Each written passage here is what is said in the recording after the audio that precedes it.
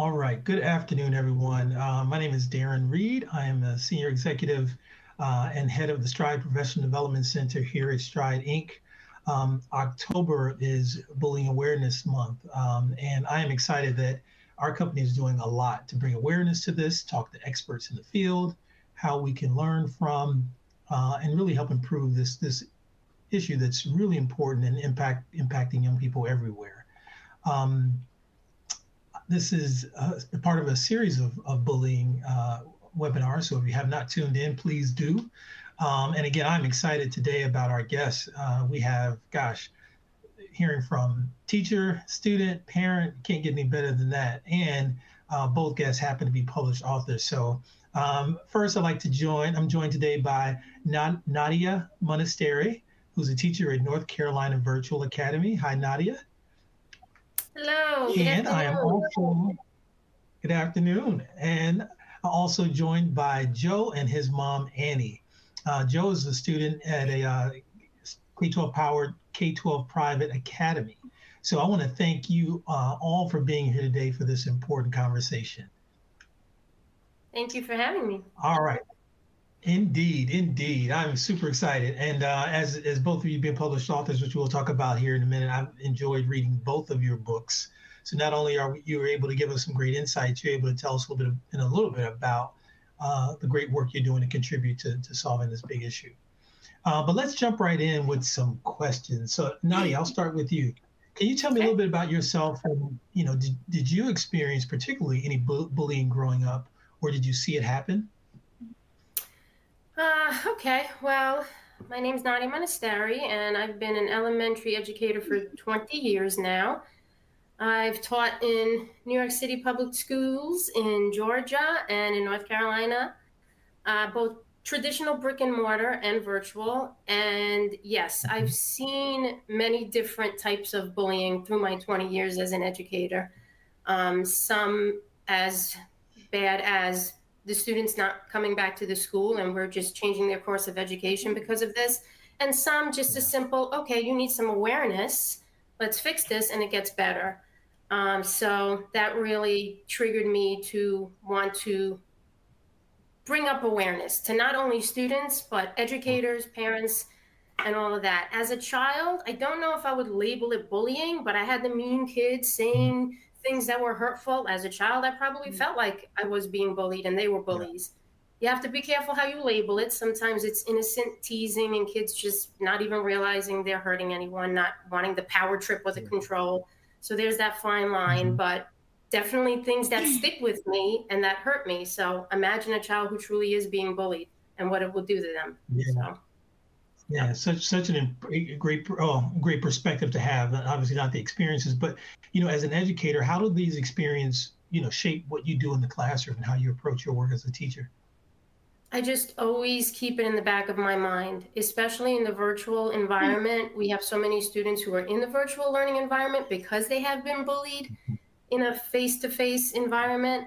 And I always keep it in the back of my mind. What is this child's experience? What have they gone through? Let me bring up that awareness. Let me constantly share that we use kind words, we use kind actions, that people can get hurt when you don't do those things. And imagine how you would feel if you were treated that way, and constantly just throwing it into my lessons and not labeling it bullying at all, not even using that term, but just in general, hey, this is how you should treat another human being. This is how I would feel if you treated me this way. How about you? And just bringing it out there, sneaking it in lessons where the student won't even realize it, but it'll click and they'll think about it. You're right. That's right. And such a great perspective. And both you as a teacher, Joe as a student, and even Joe, your mom as a family in online education, we know that bullying shows up both face-to-face as well as online. And we'll talk a little bit about cyberbullying. So unique perspectives. Joe, again, thank you for joining us. And I know when we met previously, had a great chance to talk to you before our webinar. You shared a little bit about your personal experiences with bullying. Do you mind sharing a little bit of that with our audience today? Sure. Now, let's start at the very, very, very beginning. When I was in kindergarten. Years ago. Now, when I was in kindergarten, I had symptoms of Tourette's, and I would go Tourette symptoms, and other people would go Tourette symptoms, to make fun of me, going like, like that and all. And then eventually I got diagnosed. I was still being bullied. I also got bullied because my dad is a different skin color as me. I also got bullied. And another time, just recently, I was in Hofstra camp, and a lot of weird bullying stuff happened there. And when I was bullied, when they were bullying me, the camp just, they barely helped at all. So basically, it eventually led up to a point where I got bullied physically, and then that's when that's Joe. First, Joe, I want to thank you for, number one, having the courage to share, and number two, sharing so confidently, and then as we talk, not only sharing, but turning your experience into some ways that we can help other people. And so, Joe, on that note, like Nadia, I know you're a published author, and I enjoyed reading The Pumpkin Man versus The Boogeyman. This was a great read. And I tell you what, I remember as a kid, I'm just going to take a bird walk, because as a former teacher and principal, I love when young kids are writing and reading. And I remember young authors when I was a kid years ago, on how that inspired me. And for you to be at your age publishing books on important topics, congratulations to you. But Joe, tell us a little bit about your book and how it helps with bullying prevention. So, in the eyes of someone who has been bullied, it's a book talking about bullying. But the average kid won't see that it was a book about it. They won't see that it's a book about bullying. They will see that it's just, oh, the boogeyman's being mean, Pumpkin Man came, did karate, and boom, they're done. But really, the whole thing about the book is the Pumpkin Man fought back, but with control, because he knows how the bully felt. Wow, so powerful, Joe. I need to see a birth certificate here. Joe cannot be, no, I'm just kidding, Joe. You're what we old people call beyond your years. But Joe, I think you are spot on with your book analysis. I think the focus of your book is actually fantastic. And I think similar to what Nadia shared, right? It's not even talking about it in a bullying perspective or even using that language, but helping young people see real life situations and how people handle them. So thank you both for that. And Nadia, we'll talk about your book here in a moment as well. We're gonna pause really quickly. This is already exciting to me. I want to share a video. According to a 2021 study by the Cyberbullying Research Center, 46% of middle schoolers and high schoolers in the United States have been cyberbullied in their lifetime. And 14% of students admit to cyberbullying someone else. So we're just going to take a moment to watch this video to learn a little bit more about how you can choose kindness when online. So let's take a look at that video now. Let's be cyber heroes. Say no to cyberbullying. Hey there, fantastic students. Guess what? We're diving into a super important topic today, cyberbullying. But don't worry, we're here to learn how to be super cyber heroes and stand up against it. What is cyberbullying? Cyberbullying is when someone uses mean words or actions online to hurt others' feelings. Just like superheroes stand up against villains, we can stand up against cyberbullying. Choose kindness online. Remember, every time you're online, choose kindness. Imagine if your words were like magical words that made someone smile. How amazing would that be? Be a friend. If you see someone being treated unkindly online, be a friend.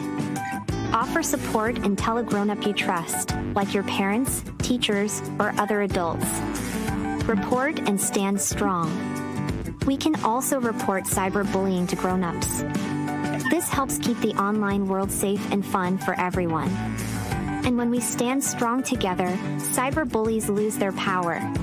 Spread positivity. Just like sharing a virtual hug or a virtual high five, sharing kind words online makes the internet a better place. Your positive words can brighten someone's day. Our online promise. Let's promise to be the best cyber heroes we can be. We'll use the internet to learn, play, and make friends while always being respectful and kind. Remember, treat others online how you want to be treated.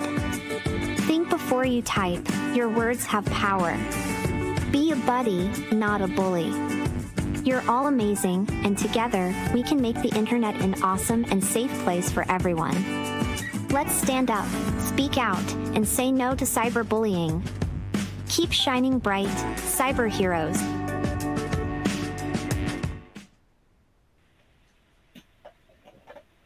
Wow, that's I thought, a very timely video. And what's unique about that is that, I love to see the young people learning early. But as we know, with the speed of technology, everyone is using it. Young people, older folks, adults. And I think it's important for all of us to remember those things when we communicate, because we do so much online, and we should be very mindful of the impact that we have. So thanks for that video. And Nadia, now I want to just ask a couple questions about you again. As a teacher, I'm always inspired and interested in what drove you to become a teacher, what influenced you. So what or who influenced you to pursue a career in teaching?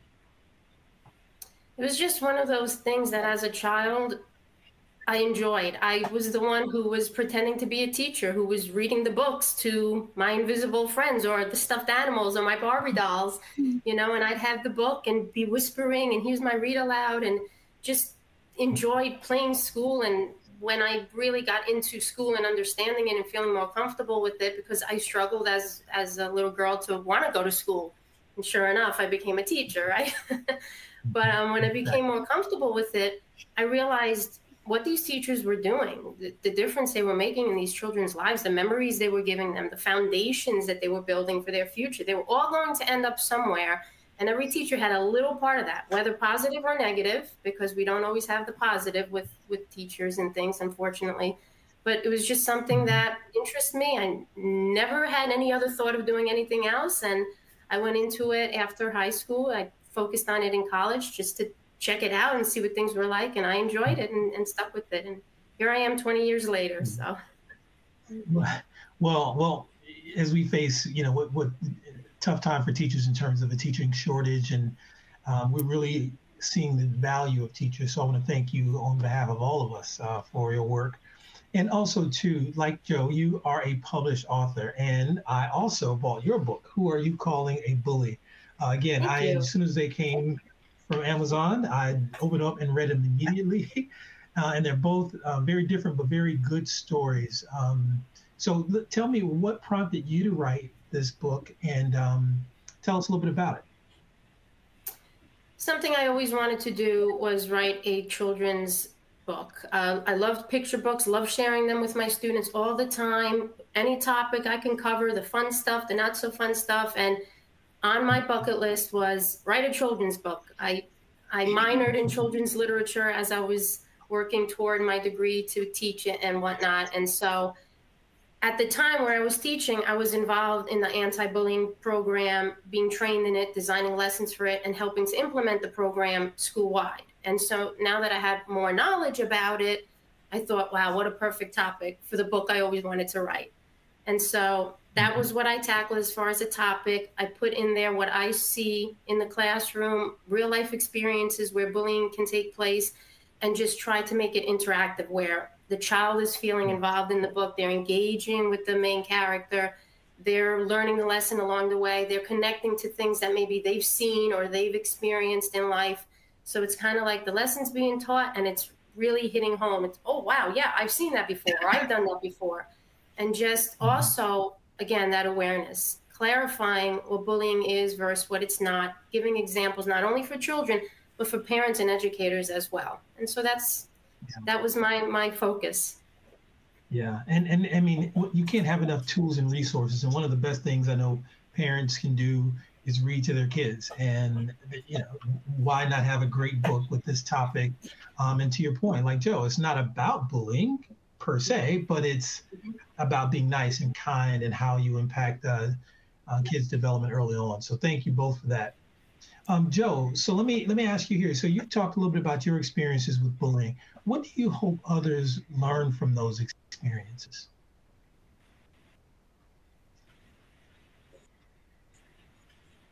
Oh, you there, Joe? That they would learn to just be. Yes. Can you hear us? Yeah, we can hear you. No, speak. Hello. Oh, so what I wish for people to learn is that don't run away from the bully and don't physically fight back until you get your revenge. Just tell the bully, like, why are you like this? Like, who made you feel like this? I really like that, Joe. I mean, I think we talked before about, and I love this about both of your books, right? It's about obviously protecting those who get bullied. That's priority one. As a former teacher, principal, there's zero tolerance. But we also have to address the issues that may be facing a student who feels compelled to bully another. And I love that thought there, Joe, that it's about asking questions, seeing if you can get to the root of the problem, and not reacting, in the wrong way right up front. So very helpful. Also, Joe, let me ask you this: what do you think some students might wrongly assume about bullying? What may they not fully understand about it? They always think that, oh, boys will be boys, like. Great point. And that's Joe. I just love talking to you. So you're exactly right. A lot of behavior can be normalized. Is how students learn, and there's natural conflict. But I think it's important for students to understand, what bullying is and what it is not, and know when to address those behaviors and not dismiss them as, oh, boys will be boys, or whatever it may be. Great point. All right, so we have actually another video we're going to share. So really quickly, you're never too young to learn about kindness. The following video is an example of how the power of music can teach important lessons to even the youngest learners. So let's take a look at that video.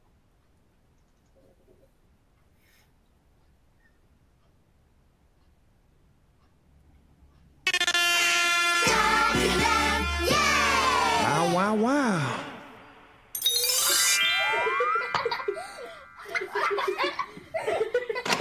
Hey! I want to play with those blocks! But we're almost done making our building. You can play with them another time. Give me those! I want to play with them now! Hey! Wait a minute! Not cool. Whoa. Billy, you're being a bully. No, I'm not! What's a bully? If you know someone who calls you names or hits and tries to break your things, that's a bully. A big bully. And that's not okay. And if you're the person being mean because you're bigger or older or for anything, that's a bully. A big bully. And you've got to change, okay? Tell a grown-up right away. If you see a bully, we should respect everyone. So don't be a bully. Hey, don't be mean. Don't be saying those awful things. It's not right to be rude. Don't be a bully. That's not cool. Hey, don't be mean. Don't be saying those awful things. It's not right to be rude. Don't be a bully. That's not cool. You're right. I was being a bully. I'm so sorry. I won't do it again. I forgive you. So do I. Me too. See? Isn't it better when we all get along and aren't mean to each other? Yeah!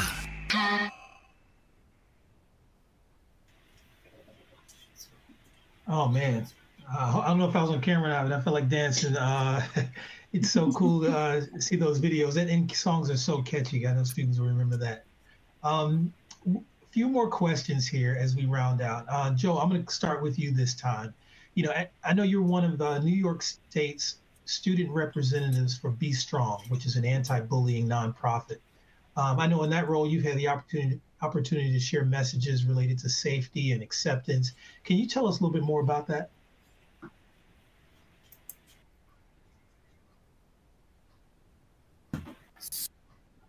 So, Be Strong is basically this thing where it helps prevent people from committing suicide, depression, anxiety, being bullied.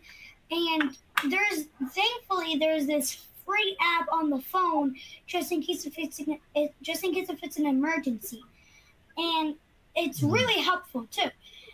And like basically what we do is like we send letters about Be Strong to spread the awareness. Awareness and help people.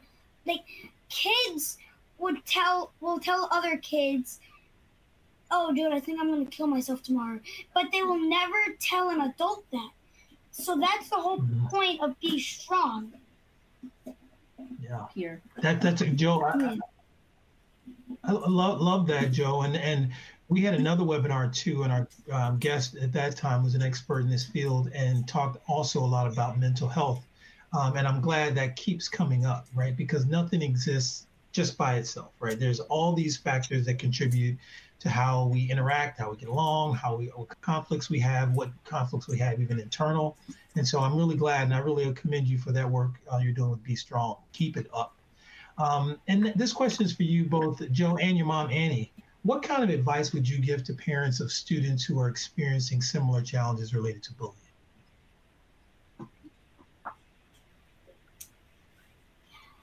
Set them up with I Can Help and Be Strong. Yeah.